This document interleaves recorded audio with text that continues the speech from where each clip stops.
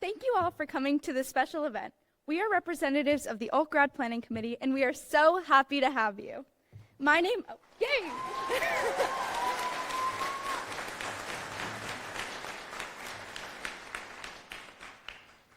My name is Corey Brand, and I am graduating with a degree in biopsychology and marine sciences.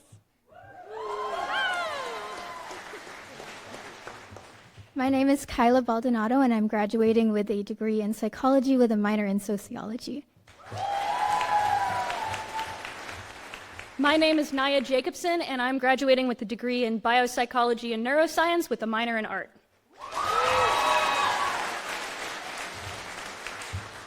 My name is William Lopez, and I'm graduating with a degree in biochemistry and biopsychology with a minor in music.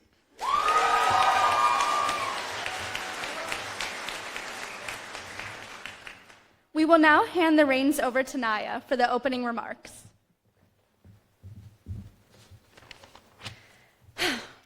Thank you all so much for coming. And good evening, everyone, and welcome to the 4th annual alternative graduation.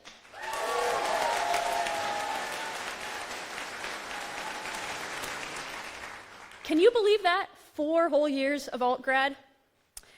I am so grateful to be here with you all tonight and to say congratulations to my fellow graduates.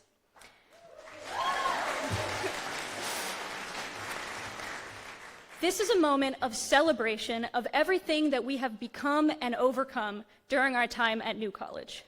This space exists because we created it. And that is something that we as a class have become experts in. Creating the spaces that we deserve, the spaces where we can be our freest, queerest, nerdiest selves. The spaces that we envisioned when we chose New College 4 years ago. The spaces that exist today because we decided they should. Those spaces will live on in every one of us and the legacies that we are leaving behind for future classes. I'm only going to say spaces one more time. Today, we are dedicating this space to the celebration of all that we have accomplished. There is so much that I could say about what we have overcome and the hardships that we have faced. There are so many people who started out with us who haven't made it to this point. Many of those people are graduating from other colleges. And I'd like to take this moment to honor the portion of our class that is graduating from Hampshire College.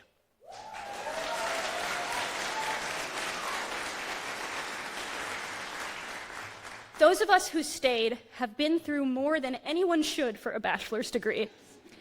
But that isn't our whole story.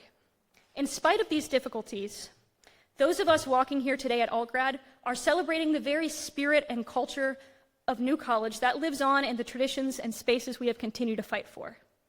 Graduating not only marks the culmination of all our academic achievements, but the celebration of dancing our hearts out at walls and coups, making lifelong connections, and becoming wiser and more authentic versions of ourselves than we could have possibly known. And all of this was possible because we made it happen. Each and every one of us is entering the world with more resilience and tenacity than any other graduate out there. And for that reason, we will be unstoppable.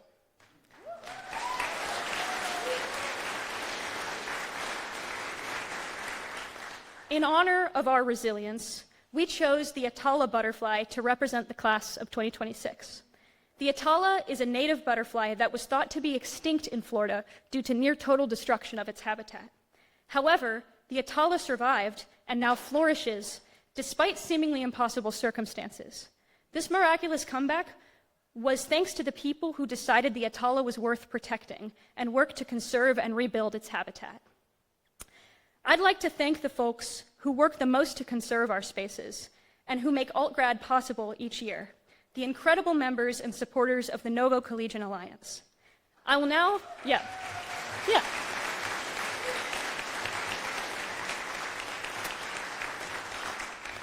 I'll now hand the mic over to Corey to tell you more about our amazing NCA representative.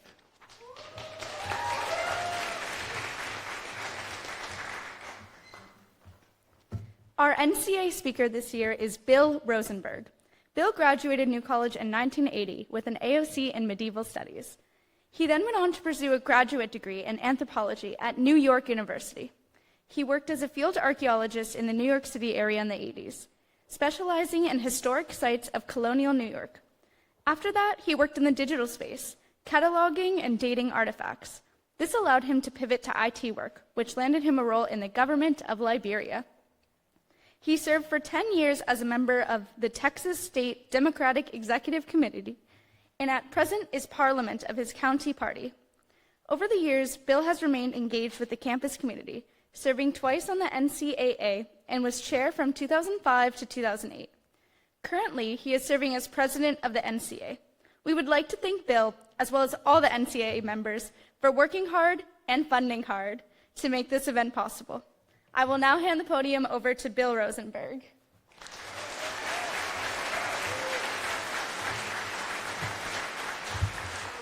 Thank you, Corey, and thank you both so much. I am overjoyed to be here. Events like this, through everything that we do, just energize me and make me so happy. I can't even begin to tell you. So anyway, good evening to everybody, and welcome to the fourth New Commencement. One of the main concepts that the New College envisioned by the founders was that it would be a place where intellectual curiosity and joy of learning would be central to the experience. In keeping with the theme for the evening of perseverance and renewal, and that's absolutely embodied in each and every one of you, and you should be proud of that. I know we're all proud of you. That I believe the founders would heartily agree that those concepts would be appropriate as well. In support of those ideas, though, also came a need for freedom, including the freedom to fail, for out of failure also comes knowledge. I personally can attest to the efficacy of those central tenets, especially the freedom to fail. 53 years ago, I came to New College thinking that I was going to be a biologist and eagerly signed up for courses that I thought would start me on my way. Well, at the end of my first term, my bio professor summed up my evaluation with these words: "Perhaps Mr. Rosenberg should consider another area of study." So today I want to thank my professor for that candid, if somewhat disconcerting assessment, as it set me on a course that I could neither have predicted nor imagined in my wildest dreams. I ultimately graduated with an AOC in medieval studies, a field of study that I loved, and ultimately was a better choice for me. In the process of reinventing myself, I discovered that I had a deep love of the study of history. That realization was as important to me as was my appreciation of the beauty of the artists and the scribes who created the magnificent Book of Kells around 800 AD. It was not the only time, though, that I would come up against headwinds, as I was a client of the SASC more than one time during my New College journey.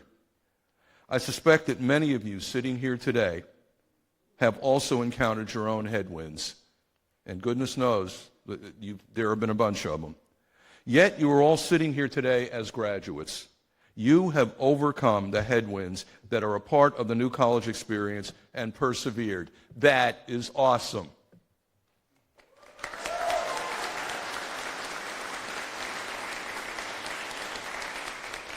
So as was said, I'm Bill Rosenberg. I'm a proud 1980s graduate of New College, and I'm currently president of the Novo Collegian Alliance, your host for this celebration. It is my honor and great privilege to welcome you all to this fourth New Commencement celebration. Every one of you has accomplished something significant, well, magnificent too, and today is the day when you can celebrate and take pride in your achievement.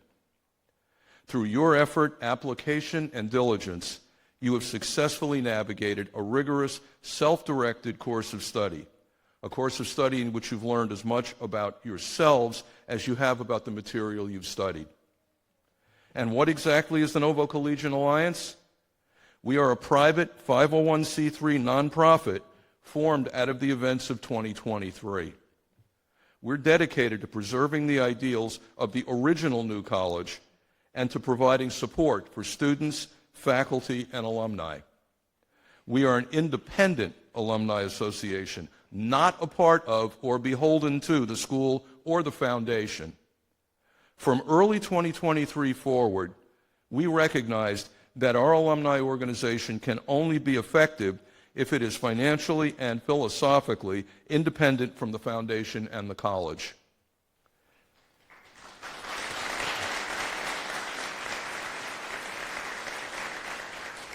Since our founding, we have been dedicated to empowering the community and preserving the legacy of the original New College.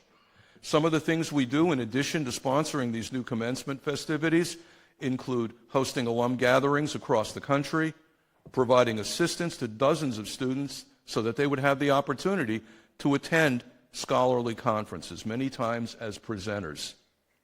We've also helped to fund student food banks, paid for student legal aid, and provided assistance with many other student events.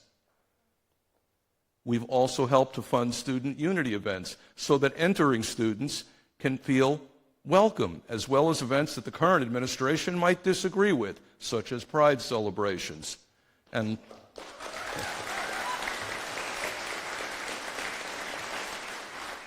less controversial ones such as the chess club. I would be remiss as president if I didn't mention that all of these things cost money. And we don't have an endowment. We don't have any passive income. Everything we do, we have to fundraise for. We know and appreciate that you new graduates may not yet have employment. You may be on to other courses of study.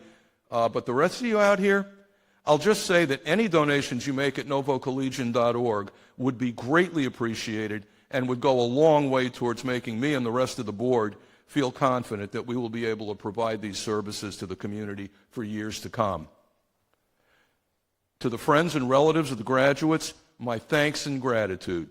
This day would not have been possible without your commitment, love, and support. Then to new graduates in the audience, I want to welcome you into the alumni community. You know, one of the most wonderful things that I've discovered in the more than 4 decades that I've been an alum is that there really is an alumni community, one that spans the years and is vibrant, engaged, and as unique as any community I've ever encountered. As you go through your lives, you'll run into fellow Novos in totally unexpected places and situations.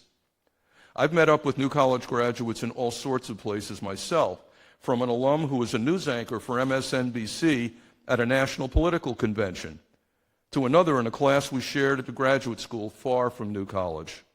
We are everywhere, always doing something unique and exceptional, just as we all did in our student days, and always ready to welcome a fellow Novo.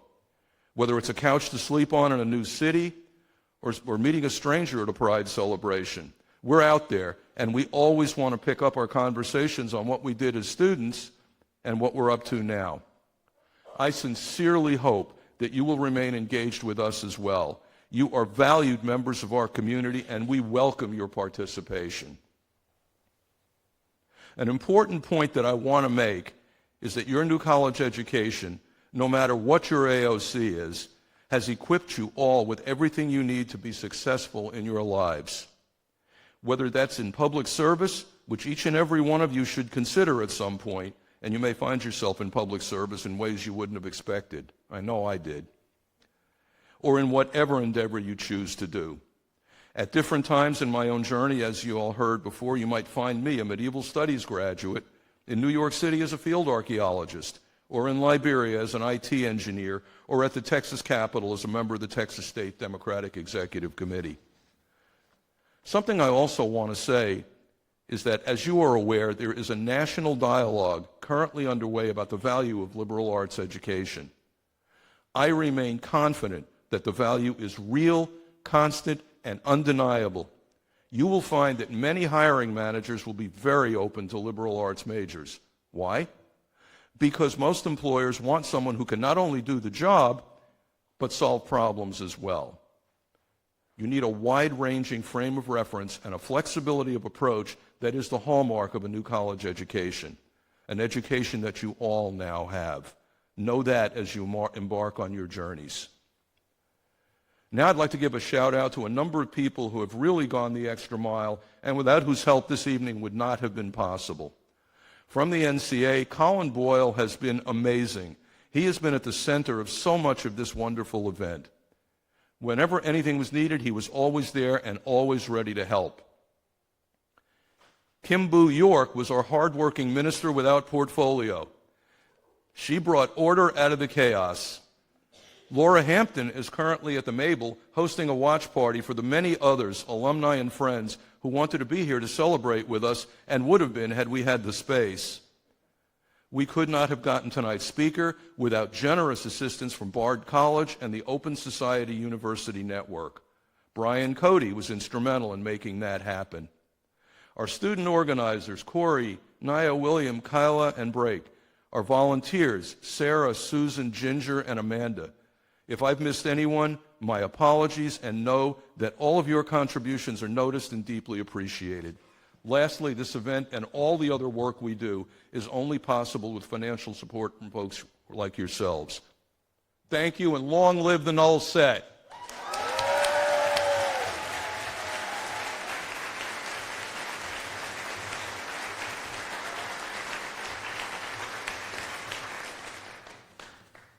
Thank you so much, Bill.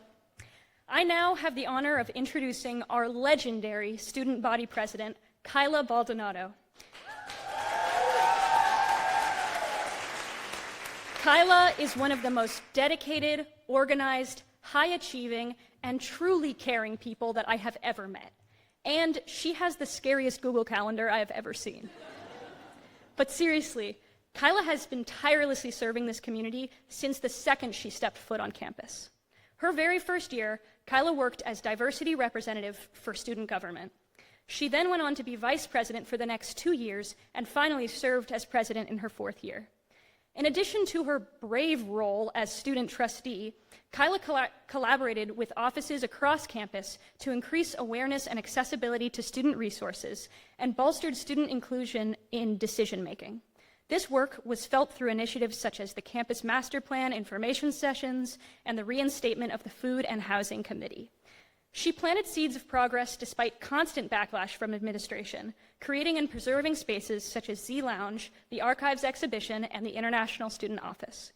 Kyla's leadership was so successful because of her devotion to teamwork, collaborating on projects such as the Thanksgiving Food Drive, the menstrual product distribution, and the grocery shuttle. But of course, Kyla couldn't just stop there. Beyond student government, Kyla founded the Asian American and Pacific Islander Student Alliance and was a proud member of the Tree Leaders Cheer Team, worked as a tutor and teaching assistant for various psychology and sociology classes, and choreographed and performed in Dance Collective all 4 years.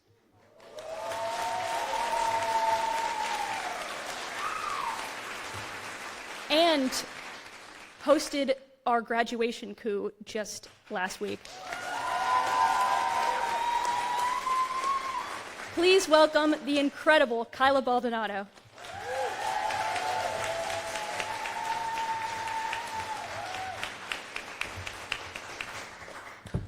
Thank you, Naya, for introducing me. And good evening to all of the fellow soon-to-be Novo grads, professors, family, alumni, and friends. Just a warning, I am a psychology grad, so I will be talking about feelings here.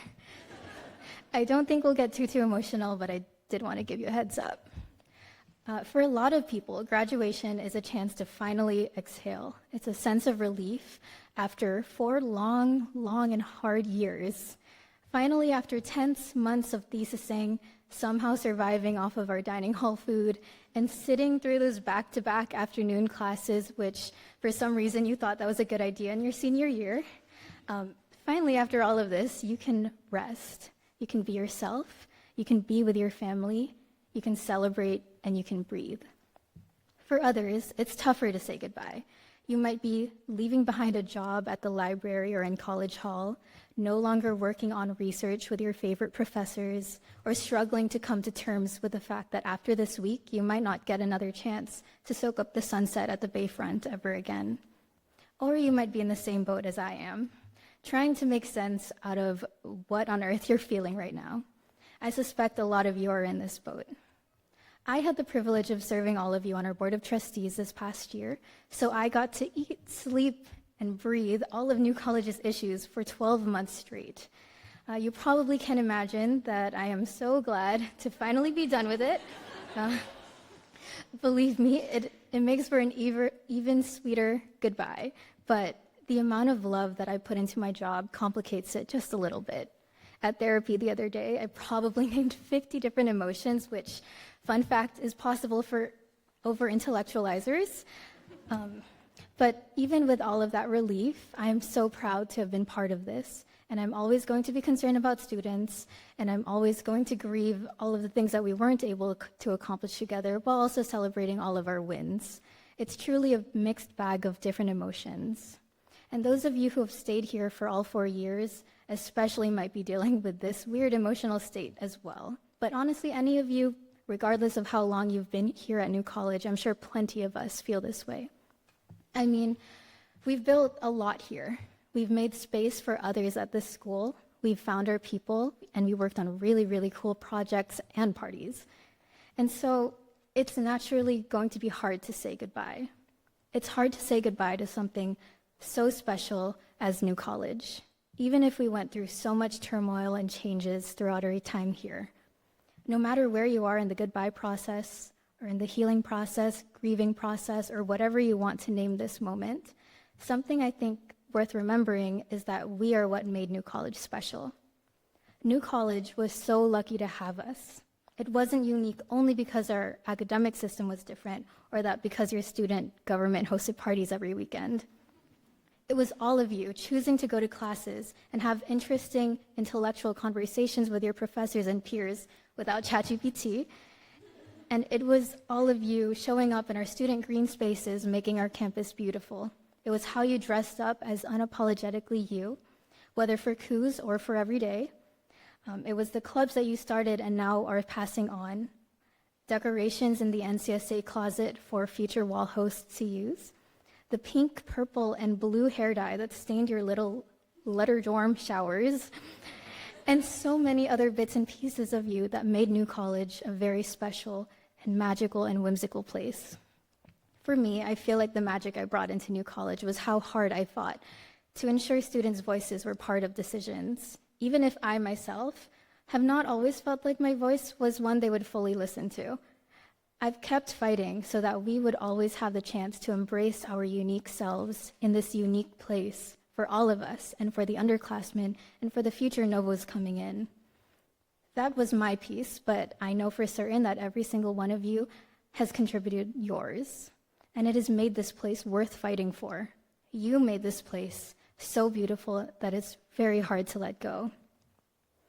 All this to say, if you're finding it hard to say goodbye, perhaps it might help knowing that the beauty of New College is still going to be with you no matter what. You don't have to say goodbye to the whimsy of New College because it's you who brought that in.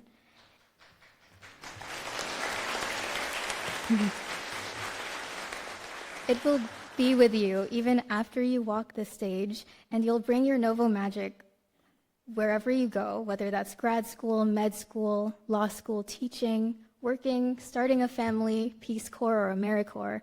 Wherever you end up, we'll be infinitely lucky to be graced by the magic that is a New College of Florida alum.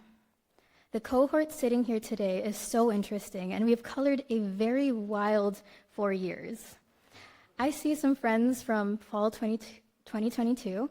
We have some athletes, members of student government, a lot of queer friends, and a lot of new friends even.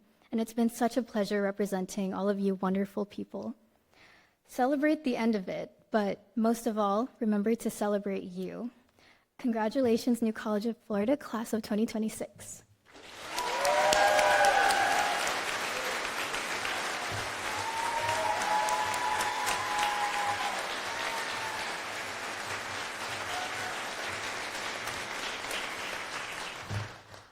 Thank you, Kyla, for that empowering speech. Woo! Now I will introduce the faculty address. Dr. Maribeth Clark is one of our esteemed professors. She is a musicologist and has taught courses in theater, dance and performance studies, environmental studies, and gender studies. Over her 28 years at New College, she served as chair of the Division of Humanities twice. First, from 2004 to 2006, and then from 2022 to 2025. She was also the first associate provost at New College from 2006 to 2010. She has done many great things during her time here, and we are honored to have her present the faculty address.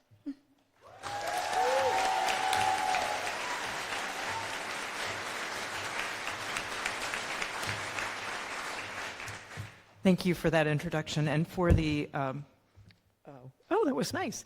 Thank you for the, there's a big step right here, which is interesting. And for the invitation to speak with you tonight.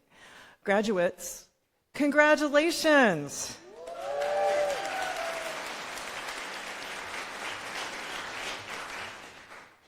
With this commencement, you enter into one of the toughest worlds that we have experienced in my lifetime.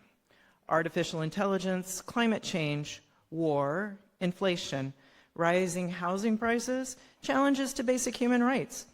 It's almost enough to make you want to move back in with your parents.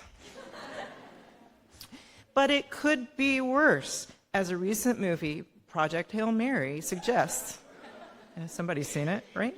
I know you graduates have been busy finishing your classwork and your thesis and preparing for back exams, and you probably haven't seen many movies recently. So let me share a bit about how Project Hail Mary makes me think about New College, the promise of our institution, and the challenges you will face as you move to the next stage of your life. So let me explain. Project Hail Mary's plot posits a universe in which an astrophage, a microscopic life form, eats stars like our sun, eliminating the source of energy for light and life in the cosmos. Despite this dark premise, the movie is funny and entertaining. It centers around Ryland Grace, a long-suffering middle school science teacher, and Ava Stratt, who leads an international security team. Stratt has selected Grace, who has a PhD in molecular biology, to solve the problem of the astrophage. When I saw this film, I thought that the central character, Ryland Grace, could be a New College graduate, maybe a decade out. Other than the fact that he earned a PhD, neither the book nor the movie give us any details of his educational background, so let me posit this bit of fan fiction. Before he earned his PhD and wrote a dissertation questioning the organic foundations of life, he went to New College and lived in Pay Second Court, enjoying the occasional wall and sunset by the bay and struggling with his mold allergies. The path Grace chose, becoming a middle school teacher, is one of the most difficult, underpaid, and potentially heroic jobs in the universe. And for these reasons, even when other types of teaching jobs are being cut, as they are now in Sarasota and Manatee County, there are almost always positions open for middle school teachers, particularly middle school science and math. Just saying. Like many old school New College graduates, Grace exhibits an introverted personality, an ability to tolerate solitude, and a deep curiosity.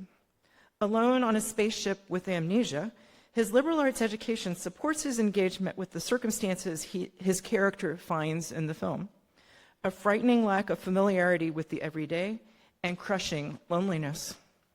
That's when a life of the mind and a commitment to lifelong learning really pays off. Dealing with the evidence around him, he figures it out. He's a trained problem solver. The other thing that this film made me consider is the conservative nature of theatrical culture, a subject I study as a musicologist. Some theatrical forms have remarkable resilience and ground us in the past while moving us toward new subjects and experiences. Two instances from this space-age sci-fi film struck me as having this effect. One, a mirrored pantomime, and the other, a karaoke performance. These moments in the film remind me of the resilience of some cultural structures. First, the pantomime.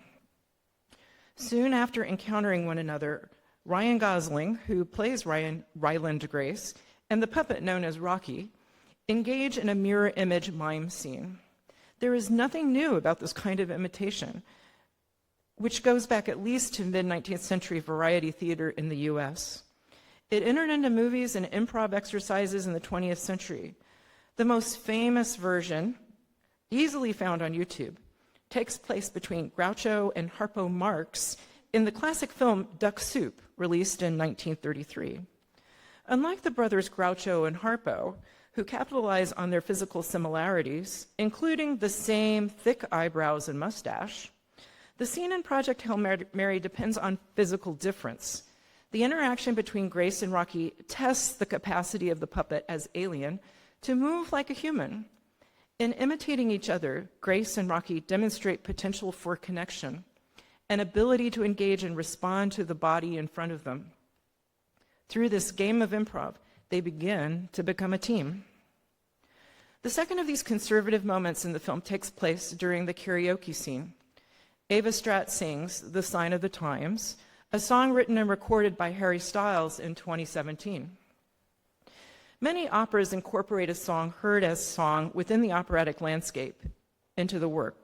Such musical moments often reflect the larger narrative in condensed form, becoming a brief but intense moment of musical storytelling. Critics have heard Styles' original recording of The Sign of the Times as an apocalyptic anthem, its 1970s vibe resonating with David Bowie, who, as Ziggy Stardust, played the role of an androgynous alien rock star, an aesthetic that fits well with the Project Hail Mary story. Seen and heard as karaoke performance in the movie, it becomes a musical and poetic mirror, in brief, reflecting on the whole. I share these two examples to suggest how some musical and theatrical techniques from the past have staying power. And cultural staying power as a concept gives me hope for New College despite the challenges, even as its stability has been rocked by political events. Ideals of progressive education, such as students being encouraged from the start to explore subjects of deep interest to them, students and faculty working together in pursuit of knowledge, students demonstrating mastery rather than accumulating grades and credit hours, and students being responsible for their own education, these educational ideals have staying power. Regardless of whether the fictional character Ryland Grace graduated from New College, you may have experiences much like his, albeit hopefully not alone in outer space with amnesia. You will need all the skills and knowledge, humor and resilience that you can muster. The relationship between Grace and Rocky the Iridian illustrates how respectful engagement can replace fear once trust is established, but that trust is hard-won and requires real work. Together, they survive. And that is enough. I hope you lead a life that allows you to solve problems working with others, relying on others, sharing with trusted others, finding moments of joy along the way. As you move into the unknown that is this world of May 2026, remember that you have many skills and many people who care about you, many of whom share the experience of New College.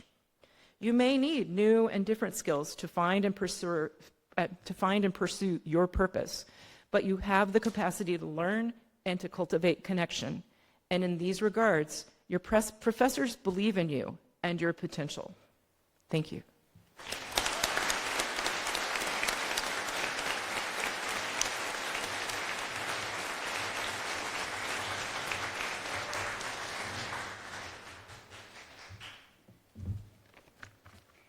Thank you, Dr. Clark, for those inspiring words.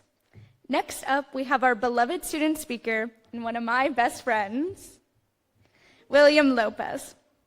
I am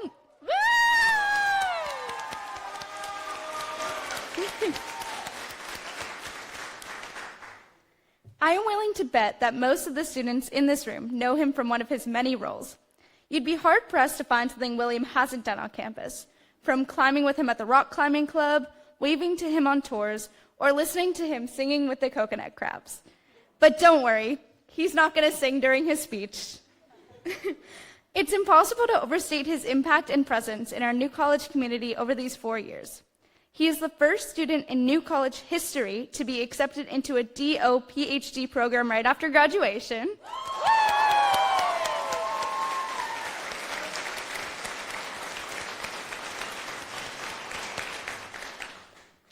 This graduating class cannot wait to see what amazing things he'll do in the future.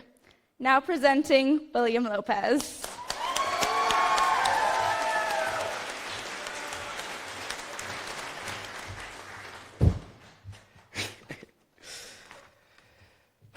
I want to start by saying I'm honored to stand up here and talk to you all. You all look beautiful. You might have bought your outfit just for this, or maybe you're an environmentally conscious outfit repeater like me. But either way, we're all wearing a version of ourselves that represents accomplishment, gratification, and probably relief. Through the last 4 years, I've seen all of us show different versions of ourselves. Maybe you were a fairy at Neverland Coup, or wore caution tape at ABC, or were just a tiny little bit slutty at Nearly Naked. Then the next day, you were wearing fluffy pajama pants at Ham, and after that, you were wearing Floridian casual in class. What you wear says a lot about who you are, how you're feeling, and what you want others to know about you. And right now, all of you are telling me that despite it all, you made it. Right now, we're sitting with people who became our family these last few years. We want them to see who we are and how we feel. Like maybe we're feeling like a knight, or maybe we're feeling like a cowboy over there. But New College has been a wonderful place of self-discovery. Each wall, coup, scav hunt, pub crawls, RD, Defunk, and Earth Day, just to name a few, gave us an excuse to try a new version of ourselves that maybe we wanted to implement in our daily life. Our personal evolutions were visualized in our crazy costumes. But I'd probably be making a good guess that for those of us going to the official graduation tomorrow, you probably won't be this expressive. I won't be either. Tomorrow I'll be in a button-up shirt with dress pants, and the pride of being done is still there, but it's not as comfortable. I mean, there will probably be a filter that nerfs Hatsune Miku from being there. And so it would be hypocritical to ask all of you to show up as your unadulterated self at all times, as much as I would love to see you eat every minute of the day. We came to a campus where being ourselves was a norm, and then we experienced a shift where we only felt comfortable doing that for special occasions like walls and cues. It's strategy. In an era of scrutiny from admin and media, we chose who gets the honor to see who we are. A lot of us chose to fly under the radar with everything. You came here for an education, not to be in the middle of some turf war of balding white guys. But I want you to notice the comfort that you're feeling right now. Maybe not physically, beauty is pain, but mentally, we still have the wonderful privilege of calling ourselves Novos and to experience the comfort of being undefined, unbounded, and infinitely complex.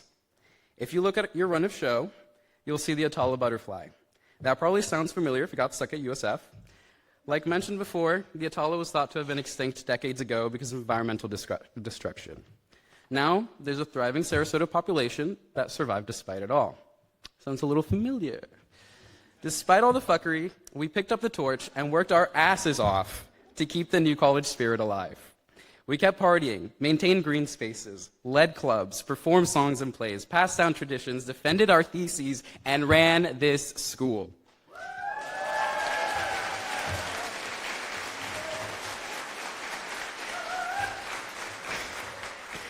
And just like the butterfly, we went through a transformation, whether we wanted to or not, and came out the other side sitting here beautifully courageous, beautifully intelligent, and beautifully ourselves. After this week, we're all going to fly away and be scattered all across the world. We're going to meet people who have never had the chance to feel like we do now. When you leave here, I want you to make that space for people to be themselves. Be their New College. Because New College isn't just the buildings or the admin or the address on Google Maps. It's us, the students. We know that more than anything. Right now, I'm standing in the most New College room I've ever been in, and we're not even on campus. We are New College, the honors college of Florida. So go out there and show everyone exactly what that means.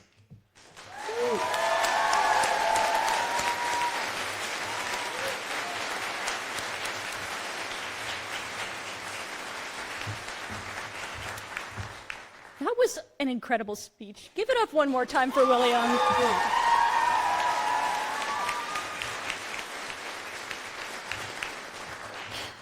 Tough to follow that. But next, I'm sure you're tired of hearing from people over and over again, so I have the pleasure of announcing the Margaret Bates Award and the committee who will be introducing it. First in the committee is Dr. Sarah Hernandez, professor of sociology. Yeah.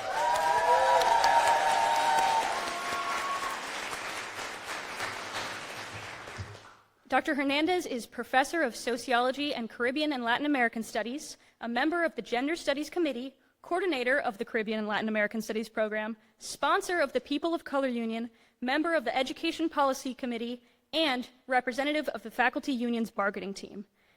Dr. Hernandez is the reason why so many of our safe spaces continue to exist.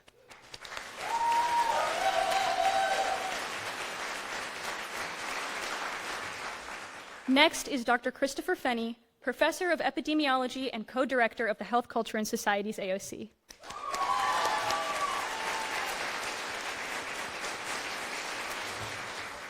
And last but not least, once again, Dr. Maribeth Clark, professor of music.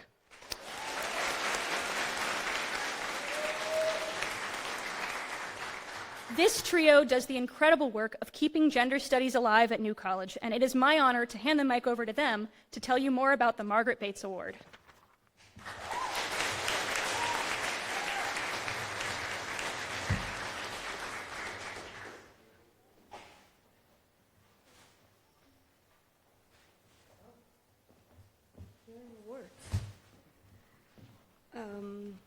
Okay, so the Margaret L. Bates Award for Undergraduate Research in Gender Studies is named in honor of one of New College's early leaders, Dr. Margaret L. Bates.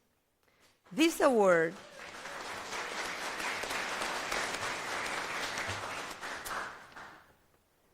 maybe I should just get a little bit of point here and recognize that I did have the honor of meeting Dr. Bates in her retirement years, and she was one of the most inspiring individuals that I have met, doing tremendous amount of work, very valuable work in relation to Africa and development in Africa from a political science perspective.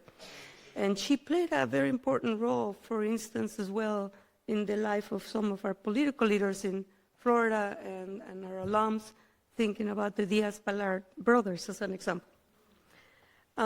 She had a lot of very interesting stories about them, and they have expressed a lot of appreciation from what I've heard for her as well.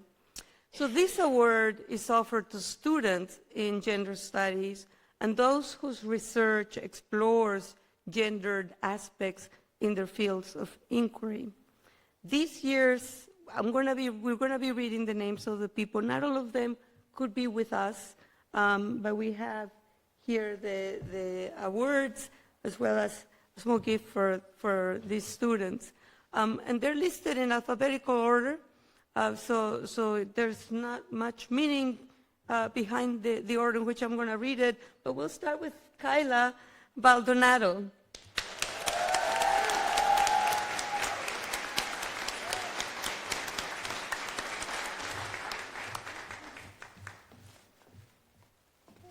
Choose one, whichever.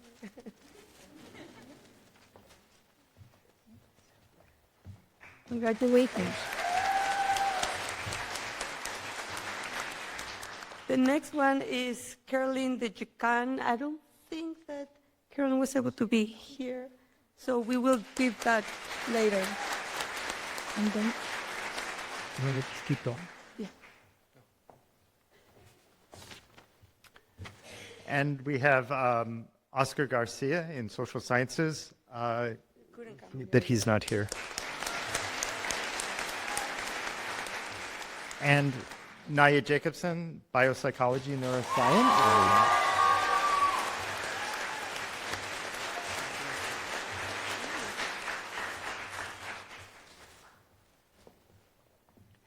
And Rita Lawler in literature.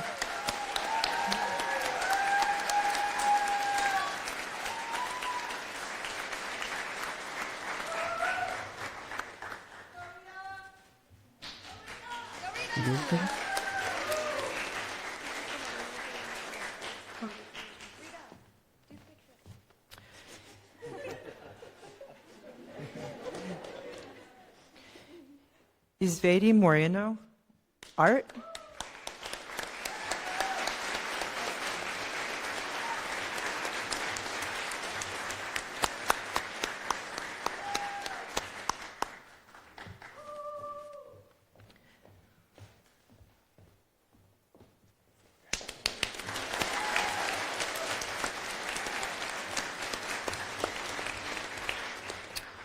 Zoe Muska, liberal arts and creative writing.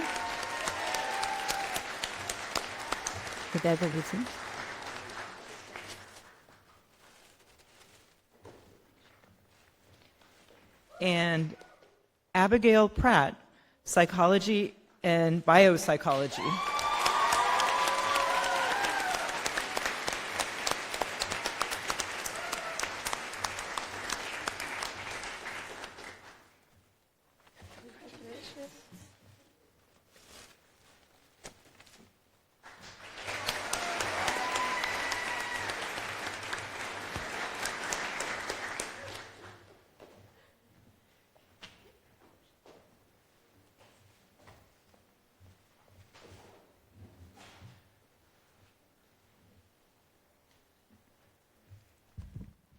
Another congrats to all our Bates Award nominees.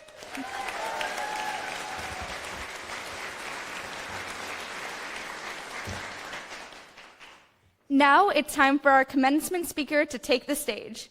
We are honored to have Brianna Sia speaking with us today. Woo!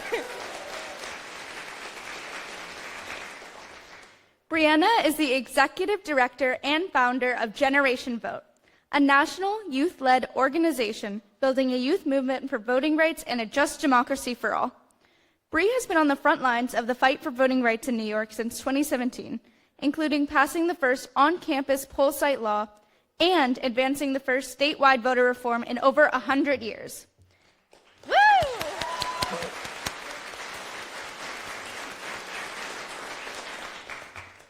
As executive director of GenVote, she oversaw the organization's relaunch as a national entity, expanding its chapter networks to 10 states, including Florida. Woo! Mobilizing young voters in critical secretaries of state elections and building the largest nonpartisan youth election protection program in the country. Brianna also served as president of OCA Asian Pacific Advocates New York from 2021 to 2023, where she was on the front lines of the movement against anti-Asian violence in New York City, organized the first Songkran celebrations in City Hall and the New York State Capitol, led the first oral history project for Thai Americans in the Library of Congress, and co-founded the largest coalition fighting for AANHPI histories to be taught in New York public schools. She now serves as the National Vice President of Public Affairs for OCA National, where she supports chapters serving Asian communities across 30 states. She is a former senior research and program associate at the Brennan Center for Justice, where she co-authored several prominent reports on the 2020 census and redistricting. Brianna graduated summa cum laude with a BA in Political Science and Philosophy, Politics, and Law from Brigham University in 2018. Now welcoming Brianna Sia to the stage.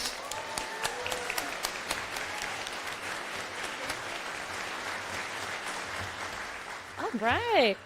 Well, good evening, beautiful people of New Commencement. Congratulations to the 2026 class of New College. My name is Bree, and I am so honored to be standing before y'all as your keynote speaker. I've been a really big fan of the student organizing that's been happening here over the years, and I'm not gonna lie, I was very surprised when I got the phone call to be your keynote. Because as you're probably thinking, maybe thanks to my Thai Korean jeans or the Korean skincare, you're probably thinking, this girl was just in our shoes like yesterday. And you're not wrong. So when I got the phone call, I was like, what would y'all want to hear from me? As a graduate of a public university in a school in upstate New York, SUNY Binghamton class of 2018. But when I think of commencement speakers, I often think of speakers with decades of life advice, preaching words of wisdom to all of you and charging you to change the world as soon as you walk outside of these doors. But as a fellow 28-year-old queer Gen Zer, technically a millennial, I know, who spends my days thinking about how I can stay in the city that raised me, even though the rent is too damn high in New York City, how I can defend my immigrant neighbors from being separated from their families, all while celebrating our cultures and celebrations like Songkran. And I see these fights as connected to the struggle that we are fighting right in Gen Vote as a youth-led movement organization that is trying to make our country a better place in the face of authoritarianism on our campuses and on our elections. And even more terrifyingly, I'm doing all of this in the face of my Asian tiger parents who've been asking me about law school for the past 8 years. So I promise you, you will persist if you see yourself in me. So I know it's a tall order, right, for me to tell you to fix what often seems like a broken world that our generation has inherited. So I won't put that pressure on you today, nor will I tell you to go to law school, maybe. But what I will do is invite you to give yourself grace. To give yourself grace if you're still figuring out what life is going to look like after tonight.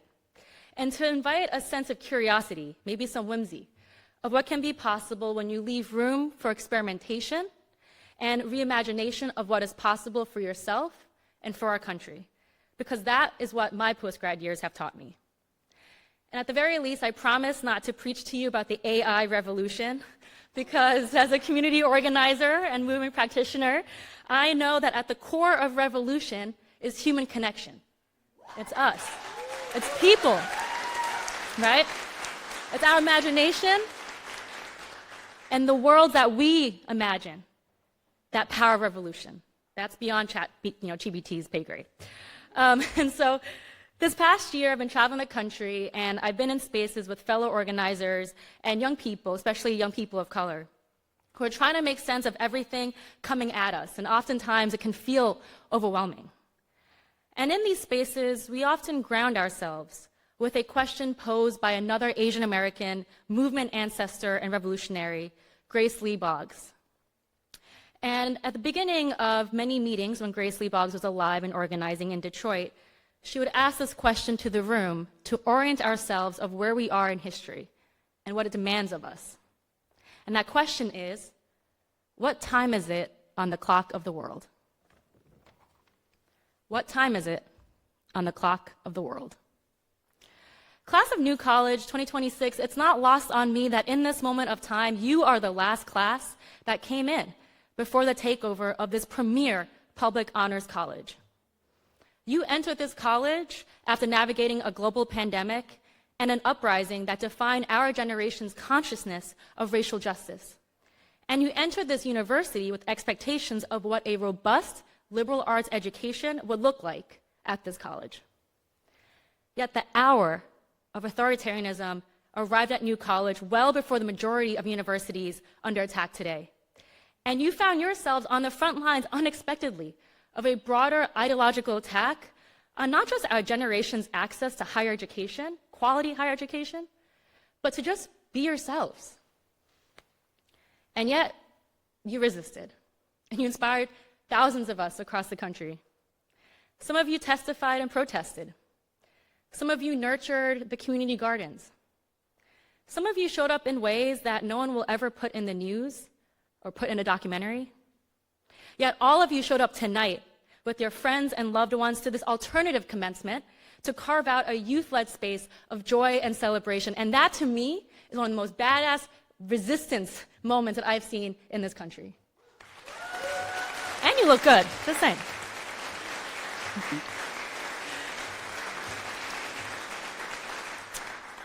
New college grads, you were forced to read the clock and adapt to a changing reality, and I am so proud of you.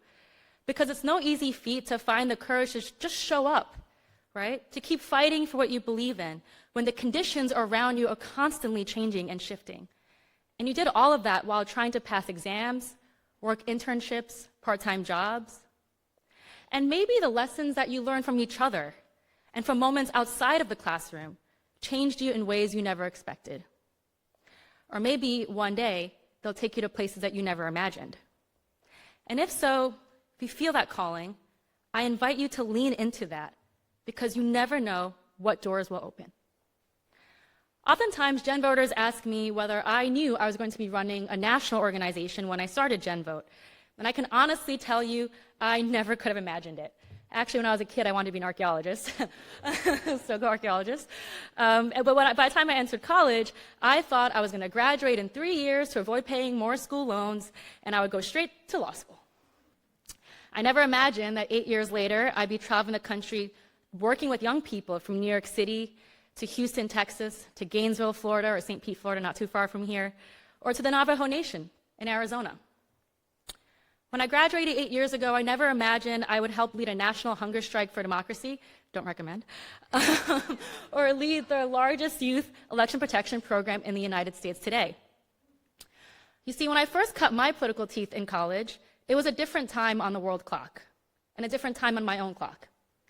Trump was running for office for the first time, people were feeling the Bernie burn, and we had no idea what Zoom was. And yet I remember very clearly on the night of November 8th, 2016, a small little student organization that I started with my friends and my college roommates to elevate student voices in local politics, we were breaking student turnout records in local races by turning students out to vote, from county executive to city council, and uplifting the issues that young people cared about in rural Broome County, New York. But that night, in the race that mattered the most, we went from celebrating to crying by the end of the night, because we were unsure of the future of our country underneath that administration. And I was scared. I'm sure some of y'all remember that night too. But the next day, I remember how we dragged ourselves to our campus Einstein Bagels. Is there an Einstein on campus? Maybe? Okay, no? Einstein Bagels, chain bagel shop. And so we go to Einstein Bagels to discuss what we were going to do. And with baggy eyes, a little bit headaches, you know what I mean, we leaned on each other, and we encouraged each other to not give up on building power in the ways that we knew how, even in a time of monsters.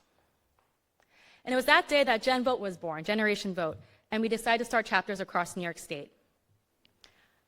As we were starting those chapters, I was getting phone calls from student leaders across New York about how hard it was to get young people registered to vote, how students were often being turned away at poll sites, and how inconvenient it was to navigate voting on Election Day between classes and jobs because we did not have early voting in New York.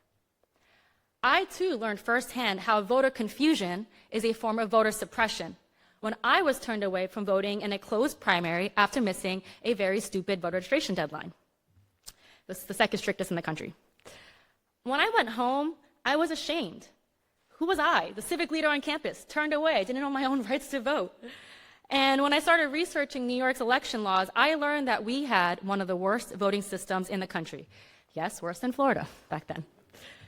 So a few months later, at our first statewide gathering on my campus, my peers debated what even was the purpose of Generation Vote if we couldn't get young people to participate in elections in the first place.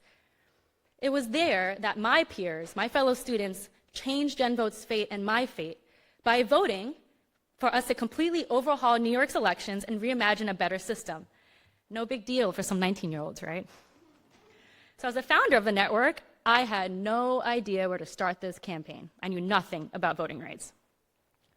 But one day, I got a random ad on Facebook, yes, we were still organizing on Facebook back then, about a grassroots meeting in the state capitol. A new coalition was coming together of everyday New Yorkers who were concerned about Trump's attacks on our democracy and how New York's elections were not meeting the moment. So me and a few Gen Voters drove 2 hours away to a church in Albany, New York, on a wintry day, it was snowing, you could barely see the roads, to meet with strangers from across the state. And when we showed up to this church, we were the youngest people in the room by 50 years. I love my elders, but I was like, damn. At first, I was super intimidated. I wasn't sure if I had the experience or the knowledge to speak in a room full of advocates or policy experts, but I reminded myself that at the forefront of every movement for voting rights in this country were young people, like John Lewis, like Mabel Pinghua Lee, a Chinese suffragette from New York, and that student voices deserved a seat at the table for reimagining what democracy could look like in my home state. And I had to remind myself that my lived experience, feeling frustrated about voting, and my lived experience helping my peers navigate confusing voting laws was enough. And I didn't need a JD or a master's in public policy. And so I trusted my gut that day, and I raised my hand in that church, and I asked this room, what would it mean for us to build out a student arm of this movement? And could they trust us to build it? We found ourselves at the forefront of founding a coalition of young people, unions, immigrant rights organizations, and parents to start the largest voting rights coalition in New York called Let New York Vote. We learned how to lobby our elected officials for the first time. We rallied, we testified, we disrupted hearings to demand that our lawmakers prioritize fixing our broken elections. We organized teach-ins and organized the first Youth Voting Rights Summit in New York State. And together, with this people-powered movement, we won those first voter reform laws in New York in over 100 years.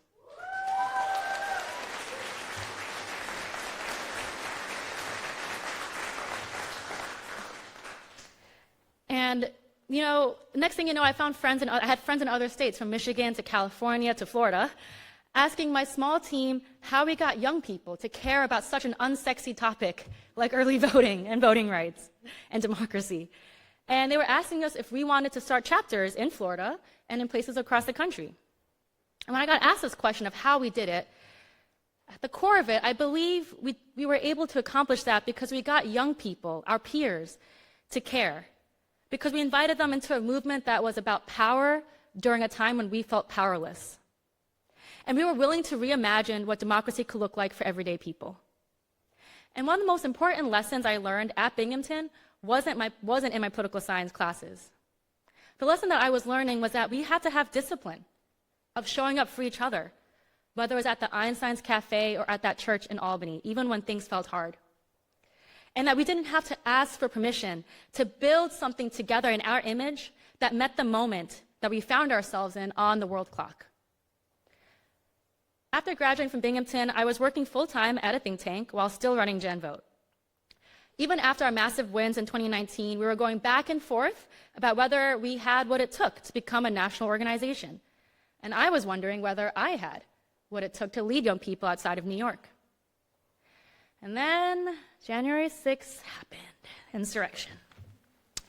I remember watching on my phone. I was sitting in a room at my day job in the office, and I was surrounded by attorneys and policy experts, and I remember someone asking this question completely dumbfounded. And they asked this full room, how can we build a democracy movement that meets the moment when clearly the anti-democracy forces are so organized? And again, although I was one of the youngest people in this fancy conference room, I remember chuckling to myself because the answer wasn't some wonky policy solution or a white paper that I wrote. The answer were the Gen voters in New York that had helped build a people-powered movement that won major reforms, like requiring universities to have poll sites, early voting so parents didn't have to choose between voting or dropping their kids off at school, and automatic voter registration to bring our elections to the 21st century. I felt this undeniable urge in my chest. It was time to trust my gut and reimagine what our organization could become, who I could become, and build a national movement of young people fighting for voting rights and a just democracy for all, just like we did all those years before when I was a student at Binghamton. So I took the leap of faith and embarked on a 2-year journey to hear from young people across the country. In those conversations, in these national listening tours, we learned that young people do value democracy. And the fight for free and fair elections in New York mirrored the fights in other states. But the voices of young people were missing in the rooms that mattered. They were missing because young people didn't see young leaders represented in these pro-democracy spaces, let alone young people representing our values in government. They were missing because young people understand that these democratic institutions were not built for people that look like us, the most diverse generation in American history, and no one was inviting them to reimagine how our freedom to vote is tied to our freedom to thrive, it's tied to our freedom to love who we want to love, and it's tied to our freedom to live a dignified life. So when we relaunched as a national organization in 2022, I knew it was not going to be easy, but we had to be the leaders that we were looking for, as Grace Lee Boggs often said. And this path still isn't easy. There's no blueprint. Just this year alone, we've witnessed the Supreme Court attack the Voting Rights Act and attack the rights to vote black and brown voters across the country. We're seeing unprecedented redistricting fights happening all over. You're seeing poll sites get removed from college campuses before critical elections. But even when I read these headlines, when things feel overwhelming, each day I remind myself that if we could help change the life of one young person, one Gen voter, by helping them step into their power, by organizing their friends to believe that a just democracy is worth fighting for in our lifetime, or spending an afternoon as an election protection volunteer helping neighbors to vote, or maybe having the courage to show up in the halls of power demanding better of our democratic institutions, then my time organizing in the clock of the world has been well spent. And I share this story and how I got here and still figuring it out because I see this resilience in all of you today. You showed up to a space that was no longer built for you in New College, and instead of walking away, you showed up. You demanded a seat at the table and reimagined new, beautiful spaces like tonight. Like, honestly, I wish my commencement was like this when I graduated. You did this with whimsy and joy, and that is the greatest act of resistance. So I'm not going to stand up here and tell you to go change the world tomorrow, although I believe you already have and that you have the power to do it. I'm going to tell you that after you leave these campuses, read the clock, just like you've done during your time at New College, and bring the lessons that you learned here, both in the classroom and outside of the classroom, outside of campus, because our generation needs you. Our generation needs the grads of this New College. Don't be afraid to read it honestly. Step outside of your comfort zone and do the hard things. Take the time to reflect and read the clock in your neighborhood, in your family, in your own life. And while it's natural to read these moments sometimes with fear, I invite you to also read it as a time to reimagine what we think is possible for our country and for what we deserve. So I'm an organizer, so I'm going to ask you all to be a little interactive with me. So class of 2026, let me ask you one more time. When I say, what time is it on the clock of the world, you say our time. Got it? All right. What time is it on the clock of the world? All right. What time is it? What time is it? That's right. New college grads, it's your time. It's our generation's time. Let's get to work and let's look good doing it. Thank you.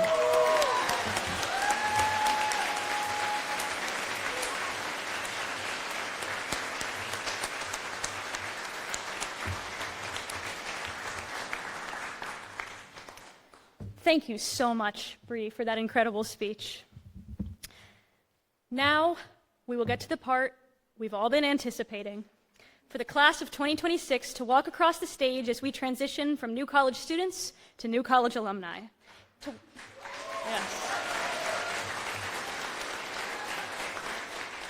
To welcome our class into this transition, I will be reading an excerpt, don't worry, it's pretty short, from the 1988 mission statement of the New College Alumni Association. Once admitted, a New College student is always a New College student. No person or group has the right to abridge, confiscate, or deny any New College student the responsibility for their own education. Responsibility in this context is a personal accountability, an ability to act without reference to a superior authority, a responsibility which can only be fulfilled in an environment of full academic freedom. New College's unique environment of intellectual and social self-determination must be defended from constraints imposed by the external environment and promoted internally as well as externally by the New College alumni. In addition to being resources of ideals, information, wisdom, vigilance, and funding, New College alumni must ensure that the New College Foundation contributes the kind of support needed to ensure an environment of full academic freedom. Although one byproduct of such an environment is that New College's success as a national institution can easily be measured in traditional statistics of intellectual achievement, these statistics should never become the goals by themselves. By definition of admittance, all New College students want to learn.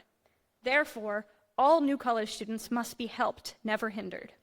The mission of the New College Alumni Association is basically the same as that of all constituencies of New College: to provide such help to students in ways appropriate to the nature of that particular constituency. Now, We're guided by the NCAA mission, and we hope to honor and contribute to this legacy as new alums. To complete our transformation from students to alums, we would like to welcome Dr. Clore and Dr. Barton to the stage, and we'll introduce you.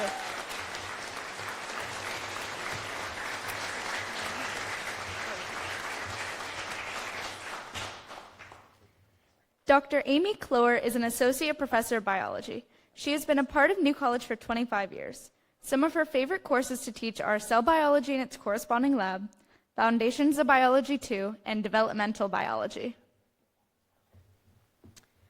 Dr. Michelle Barton, professor of psychology, has been a steady presence in the psych department for over 3 decades, helping students develop their research skills through her many roles, teaching the research methods in psychology class, lab classes in developmental psychology, and leading the team-taught psychology senior seminar for graduating seniors. Dr. Barton is the backbone and matriarch of the massive psych department, and the reason that most of us finished our theses in time to be standing before you today.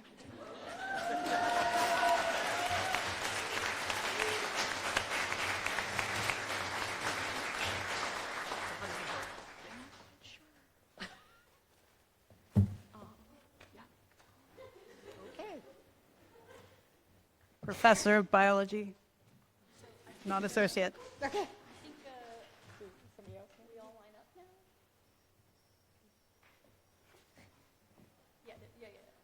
Yes, thank you. Do you need the cards?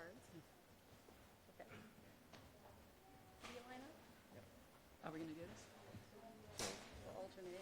We're going to, yeah, you guys are going to alternate, and we're going to be bringing up the cards. Okay. And the students, we're going to. Yep. Okay. All right. So let's go down there and line up. All right. I think we're getting organized. We will start. The first a graduate, Hannah Kleiman.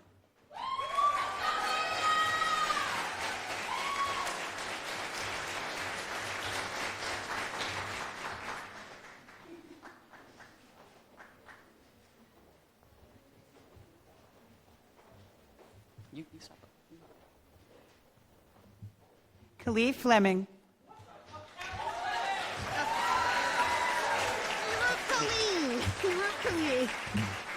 Sorry. That's the way she wrote it.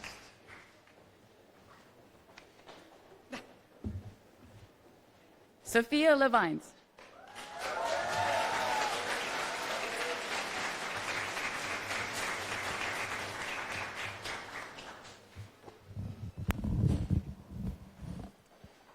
Y'all Oh, can just okay. trade it. Yeah, that Stand works. right over here to the side. Calypso Camacho.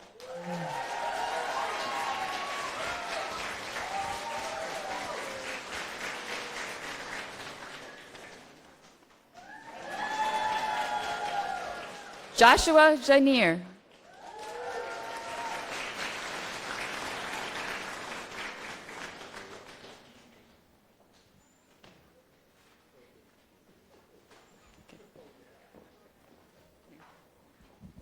Sam Callum.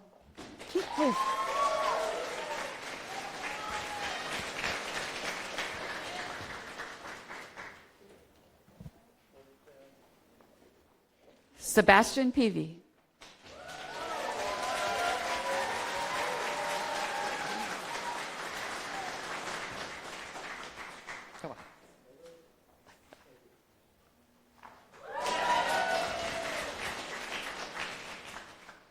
Ashley Roberts.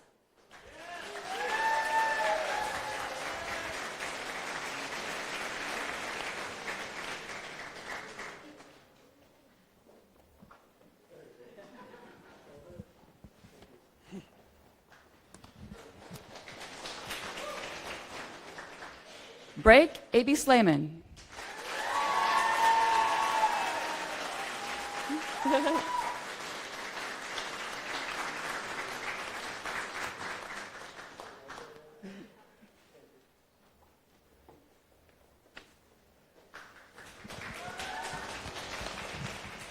Alyssa Winslow.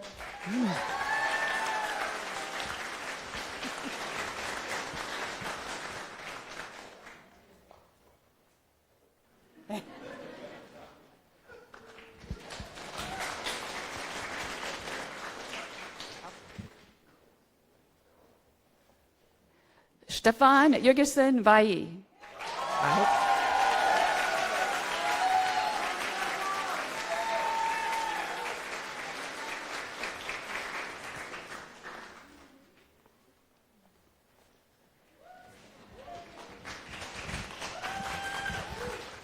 Naya Jacobson.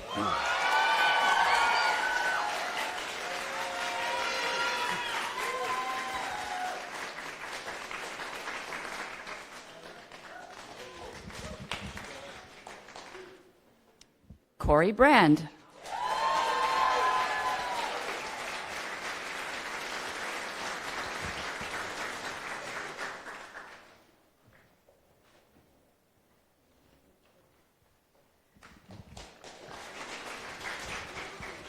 William Lopez, my thesis student. I'm snickering there.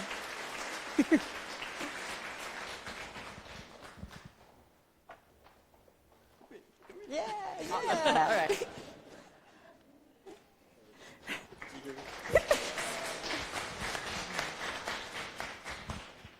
Maxwell Zinn Parsons.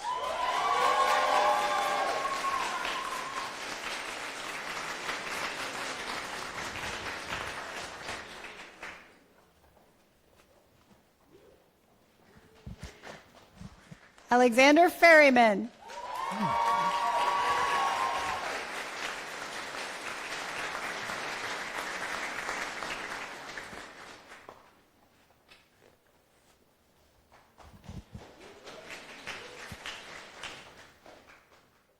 Brenna Magliacani.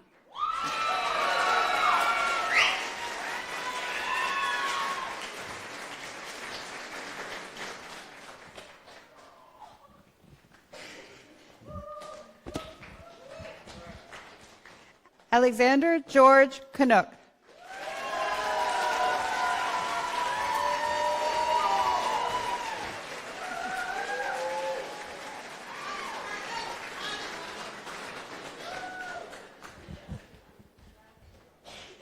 Emily McGugan.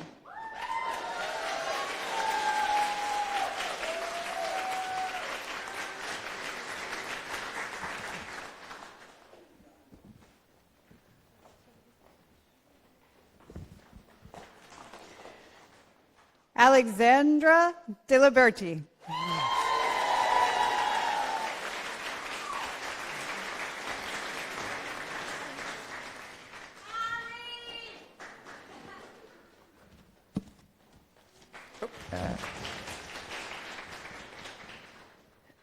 Joaquin Malaria.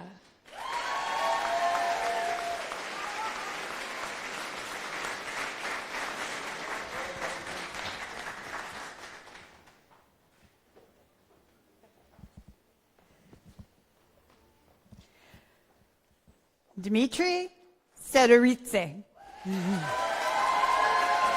Okay.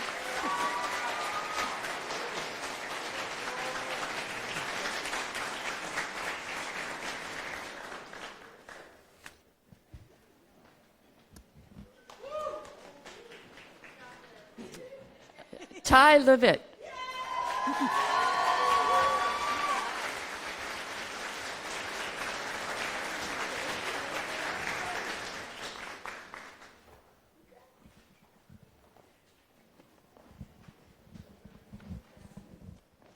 Angel Heaven Lee Methics.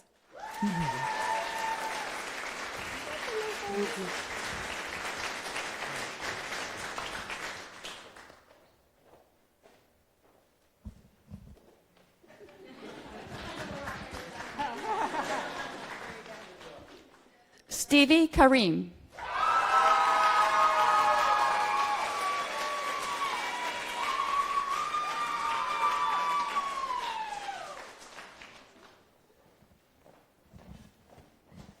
Abigail Pratt.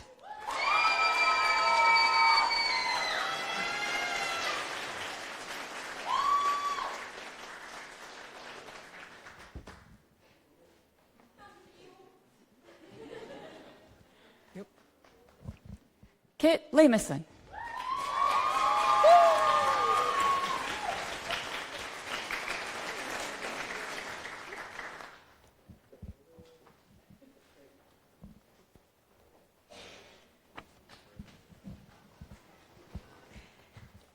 Alexandra Denner. Not Bender.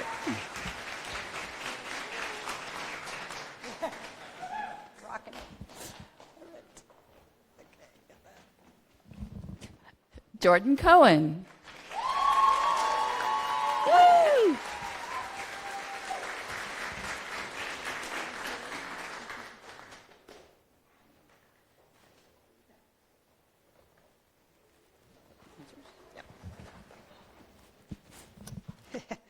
Jamie Bass.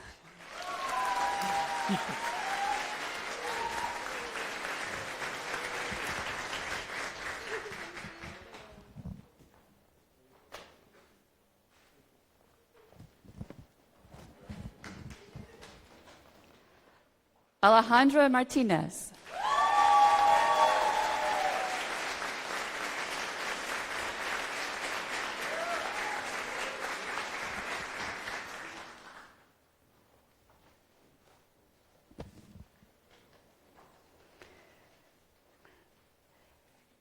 Isbedi Moreno Vera.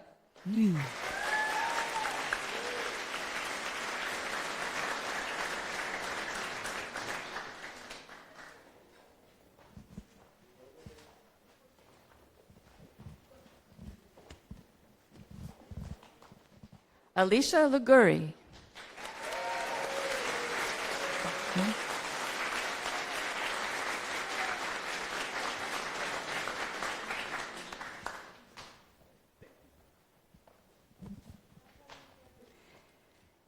Zenji Sabak.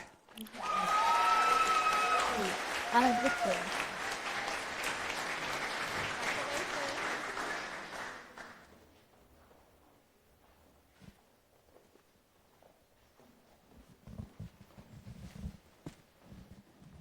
Molly Branham.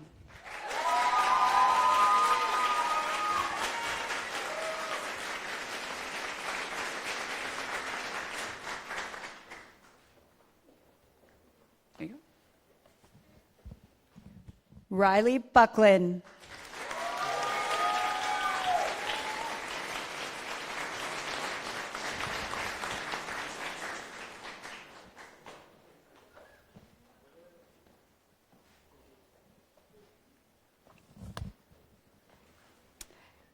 Kiki Rader.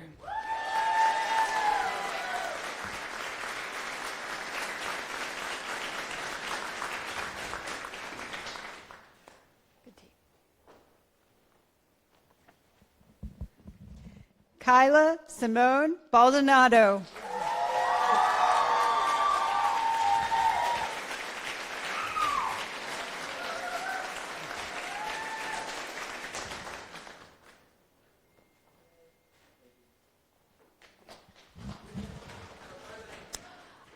Alexis Williams.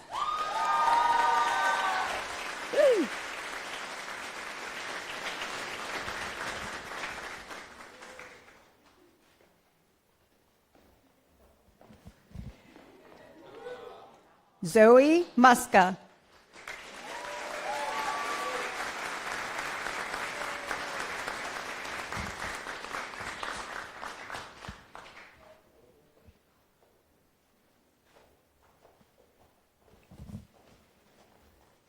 Lily Searle.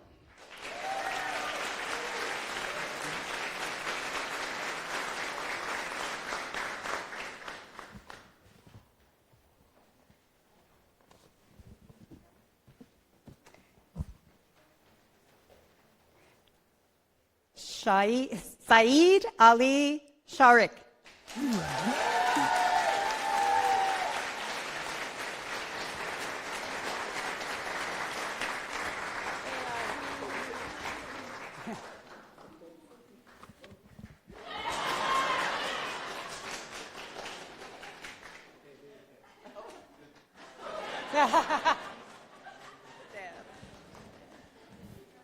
Claire Compton.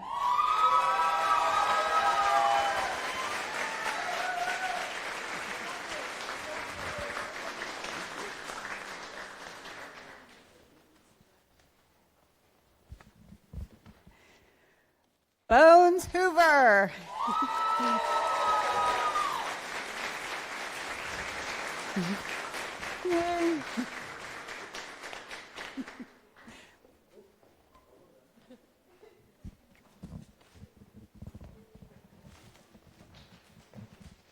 Anthony Niani. Cool. Oh, it's a G, not a Y. I thought it was a Y.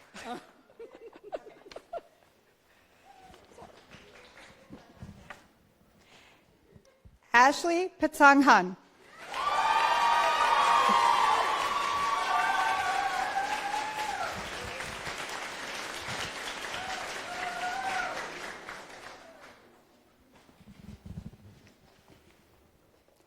Taeyin Ung.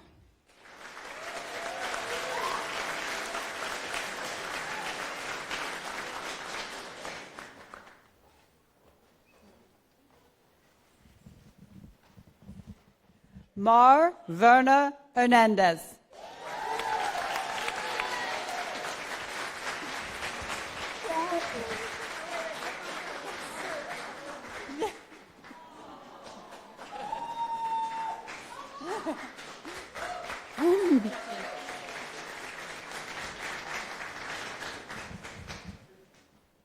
Noah Stepp.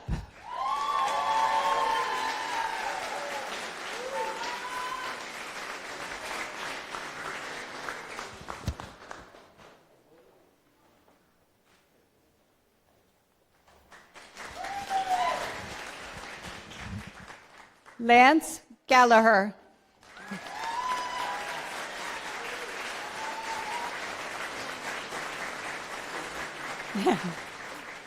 Got props.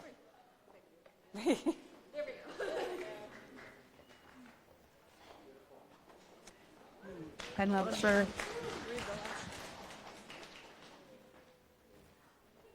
Maybe you should ask. Okay.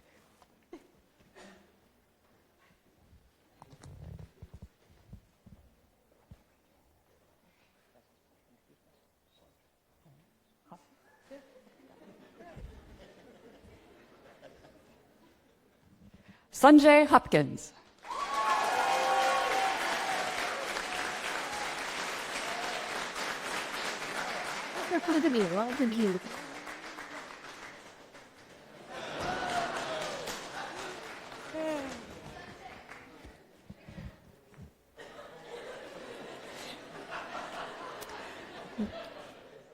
Rita Lawler.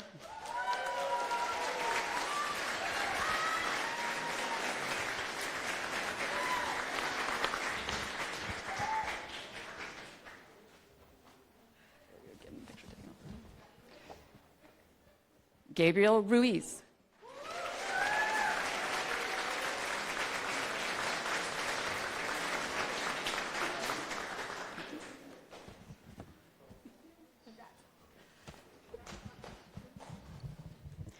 Alexander Fish Sauer.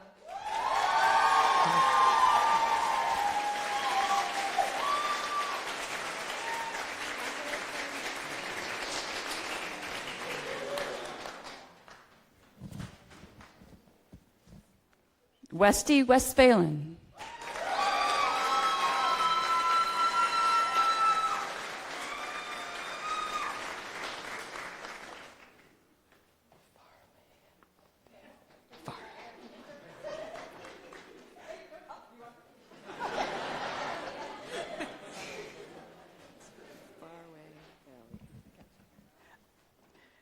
Faraway Valley.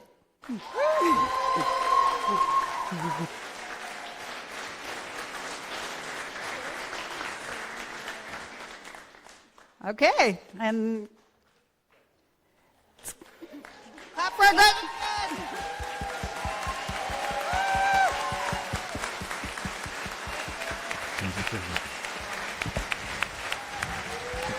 I didn't do this.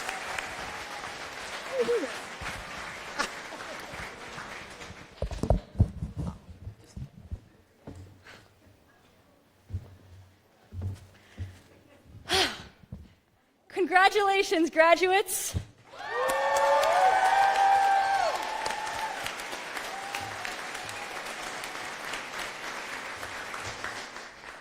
Whether this is your last goodbye to higher education or a milestone on the way to grad school, we have just made the biggest accomplishments of our lives. And I am so, so proud of each and every one of us for making it through. Now, we have to do perhaps the bravest thing yet. We have to begin the rest of our lives. But that sounds really scary, so before we do all that, I'd like to say just a few more things. Just a few, I promise. The point of this ceremony is to celebrate the fact that we are moving forward, but we must also honor and acknowledge the process that it takes for each of us to move on. Whether it was 2, 3, or 4, we have spent years of our lives here. New College has been our home, our community, and our purpose for what feels like a lifetime. In moving on from this home of ours, there will be loss. There will be so many people and places and things to miss. And I can't lie to you, it is going to hurt. And as sad and scary as that is, this is also the most exciting journey that we have ever embarked on.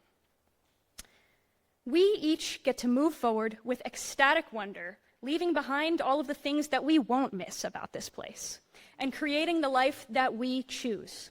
We have shaped New College just as it has shaped us, and now we get to shape the world. So, as the proverbial sun sets on our time here, the real sun is also probably setting outside. So, let's get out of here and go take some pictures. But after you get those pictures, make sure that you stick around, because at 8:45 in the next room over, our very own student band, the Coconut Crabs, will be playing.